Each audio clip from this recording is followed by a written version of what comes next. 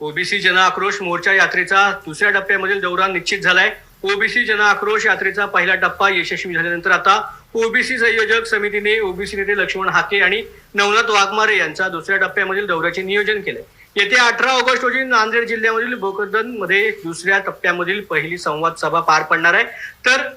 27 August रोजी नांदेड जिल्ह्यामधील लोहा आणि 28 ऑगस्ट रोजी जालन्यातल्या परतूर शहरात सभा आयोजित करण्यात आली। तर सभेमध्ये ओबीसी नेते लक्ष्मण हाके आणि नवनाथ वाघमारे सहभागी होणार असल्याची माहिती जालन्यात ओबीसी नेते नवनाथ वाघमारे यांनी पत्रकार परिषदेमध्ये माध्यमांशी बोलताना दिली आहे। गेल्या 13 जून रोजी आम्ही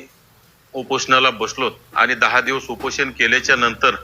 आम्हाला राज्य सरकारनं जे आश्वासन दिलं होतं, तोंडी आश्वासन की जो आम्हाला लवकरच लेखी आश्वासन राज्यपालांच्या पत्रावर असं लेखी आश्वासन देऊ की सगळ्या सोयऱ्यांचा अध्यादेश आम्ही काढणार नाही आणि ओबीसी मध्ये जी 57 लाख बोगस